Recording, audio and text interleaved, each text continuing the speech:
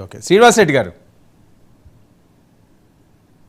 నమస్కారం అండి. ముందుగా మీకు 99 వీక్షకులకు, ఓకే. అదేవిధంగా పెద్దలు బొలిశెట్టి సత్య గారికి, గఫూర్ అన్న గారికి, మొదటిసారిగా నేను పిఠాపురం వర్మ గారితో కూర్చున్నాను. వర్మ గారు, మీకు ఆల్ ది బెస్ట్ అండి. మీకు అంతా మంచి జరగాలి. ఏమండి ఆయనకి ఆల్ ది బెస్ట్ ఏంటి? ఆయనకి మంచి జరగదు. ఇప్పుడు ఏం మంచి జరగలేదు ఆయనకి? మీ అనుమానాలు ఏంటి? ఏముంది సార్, ఏముంది సార్, ఈ పాటి 2 ఎమ్మెల్సీల్లో పేరు లేదుగా అయింది. 2 ఎమ్మెల్సీల్లో ఆయన పేరు లేదు కదా. రెండే కదండి ఉన్నాయి, ఇంకా చాలా ఉన్నాయి కదా, వచ్చినాయి రెండే కదా. ఒక చిన్న విషయం, వర్మ గారు మీరు ప్రస్తావించారు కాబట్టి చెప్తున్నాను. ఆయనకి నాకు సంబంధించినటువంటి, అంటే వారు ఆయనకి తెలియకపోవచ్చు, నేను ఆయనకు తెలియకపోవచ్చు, వారికి నాకు సంబంధించిన వ్యక్తులు కొంతమంది నాకు కూడా స్నేహితులు ఉన్నారు. వాళ్ళు ఆయన గురించి చెప్పున్నారు కాబట్టి నేను కొంచెం అడ్వాన్స్ అయి ఉన్నాను. ఓకే, ఆయనకు మంచి జరగాలని కోరుకోవటం కూడా తప్పేనా చెప్పండి? లేదు, మంచి జరగాలని కోరుకోండి. ఇప్పుడు ఈ సందర్భం ఏంటి అని.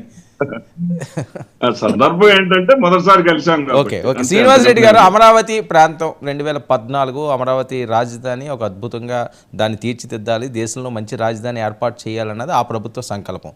మీ ప్రభుత్వం వచ్చిన తర్వాత మీ సంకల్పం వేరు, 3 ప్రాంతాలు ఏదో చేయాలనుకున్నారు. సో అది వర్కౌట్ అవ్వలేదు. ఇప్పుడు మళ్ళీ అమరావతి రాజధాని అక్కడ నిర్మాణాలు చేయాలి. సో దీని మీద పలు రకాల వాదనలు వినిపిస్తున్నాయి. ఈ మంచిది అని, లేకపోతే కొద్ది జాగ్రత్తలు తీసుకొని, ఇలాంటి మీ అభిప్రాయం ఏంటి? మీరు ఆ ప్రాంత వాసే కదా సార్? ఇక్కడ నేను ఆ ప్రాంత వాసినే, ఇప్పుడు అక్కడి నుంచే వస్తున్నాను.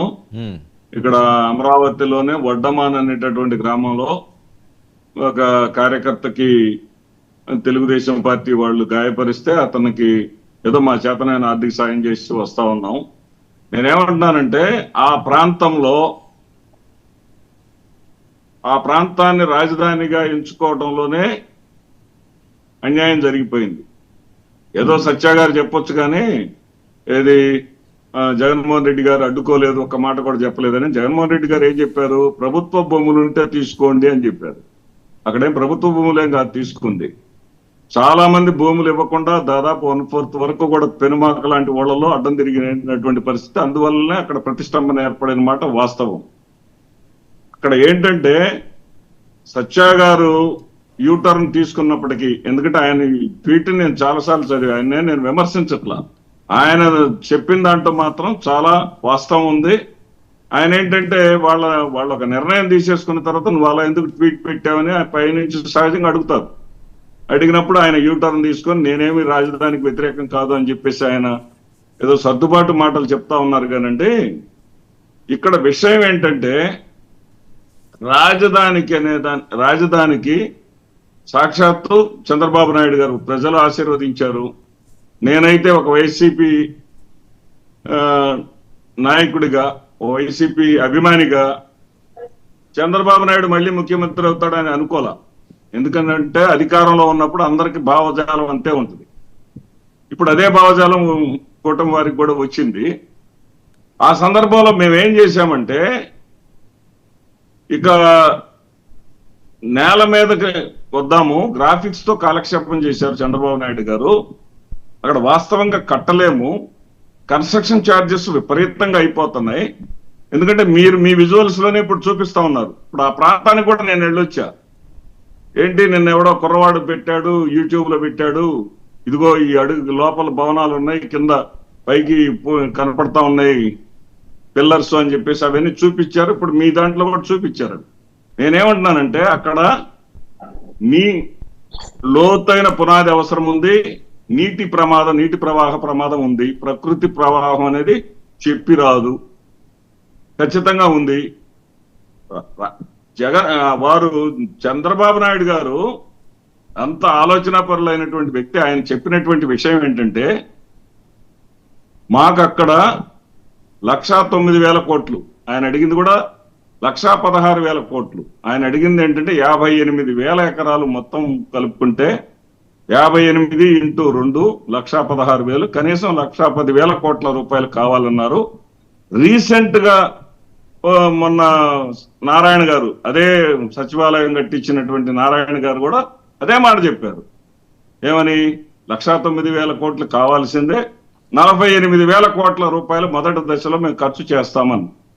అటువంటి పరిస్థితి, వాస్తవ పరిస్థితి ఆంధ్రప్రదేశ్ రాష్ట్ర ఆర్థిక పరిస్థితి ఉన్నదా? అనేది మనం ఇక్కడ ప్రశ్నించుకోవాలి. ఎందుకంటే వాళ్ళు మొదటి టర్మ్లో వాళ్ళు పెట్టగలిగింది 9,000 కోట్లు పెట్టారండి. దీంట్లో 2,500 కోట్లు కేంద్రం ఇచ్చింది. మిగిలిన 6,500 కోట్లు మాత్రమే వాళ్ళు పెట్టగలిగారు.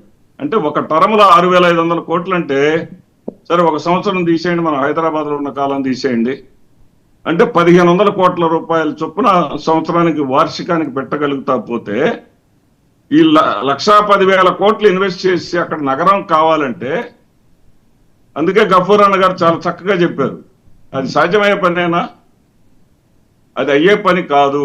1,500 కోట్ల చొప్పున సంవత్సరానికి పెట్టుకుంటా పోతే ఎన్ని సంవత్సరాలకు వస్తుంది?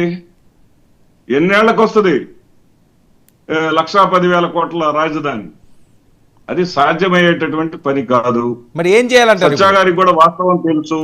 అక్కడ ఏంటంటే యూనివర్సిటీ, ఆ ప్రాంతం మెరక ప్రాంతం చాలా ఉంది. ఆ ప్రాంతంలో అవసరమైనటువంటి భవనాలు కట్టుకోవచ్చు, కట్టుకొని అక్కడ కార్యకలాపాలు కొనసాగించవచ్చు. ఇక్కడ మేము ఎలాంటి విమర్శలు చేయడానికి సిద్ధంగా లేవండి. ఓకే, ఎందుకంటే మేము 3 రాజధానుల విధానంతో వెళ్తే మమ్మల్ని తిరస్కరించారు ప్రజలు. ఏదో మంచో చెడో రాజధాని నిర్ణయం అయిపోయింది కదా, అక్కడ అయిపోయిన దాన్ని మీరు మళ్ళీ గెలకటం ఎందుకు అని చెప్పేసి ప్రజలు విస్పష్టమైనటువంటి తీర్పు ఇచ్చిన తర్వాత అక్కడ కోర్టులో ఉన్నటువంటి కేసులన్నీ కూడా మా మీద ఎగనెస్ట్ గా కేసులు వేసింది కూడా ఇప్పుడు ప్రభుత్వంలో ఉన్న వాళ్ళే కాబట్టి, రైతులు కూడా వాళ్ళ వైపే ఉన్నారు కాబట్టి ఆ కేసులన్నింటినీ త్వరగా పరిష్కరించుకొని చేతనైనంత వరకు నిజ రూపంలో కట్టగలిగిన వరకు వాస్తవాలు చెప్పి కట్టండి. ఓకే, ఎందుకంటే పరిశ్రమలు అక్కడికి ఆకర్షించడంలోనే ఏదైనా సరే అభివృద్ధి అనేది ఉంటుంది. పరిశ్రమలు ఆకర్షించడానికి ప్రయత్నం చేయండి. అప్పుడు Indo UK health care centre వాళ్ళు పెడతామంటే వాళ్ళు ముందుకు వస్తే వాళ్ళకి 150 ఎకరాలు కేటాయిస్తామంటే వాళ్ళు 25 కోట్ల అడ్వాన్స్ కట్టినా గానీ వాళ్ళకి భూమి కేటాయించకుండా 150 కోట్ల కమిషన్ అడిగి వాళ్ళు పారిపోయే విధంగా చేయబాకండి. ఆయనే స్వయంగా చెప్పాడు. ఓకే, రంజిత్ గుప్తా సిఇఓ గారే స్వయంగా చెప్పాడు, చంద్రబాబు నాయుడు గారు ఈ విధంగా డబ్బులు అడగబట్టి మేము బయటకు వెళ్ళిపోయాము. అటువంటి పరిస్థితులు కాకుండా వాస్తవాల్లోకి రండి. ఓకే, ఒక గుంటూరు వాసిగా మాకు కూడా వెల్కమ్ చేస్తాం. మా ప్రాంతం అభివృద్ధి చెందితే మాకు అంతకన్నా ఏం కావాలండి? ఓకే.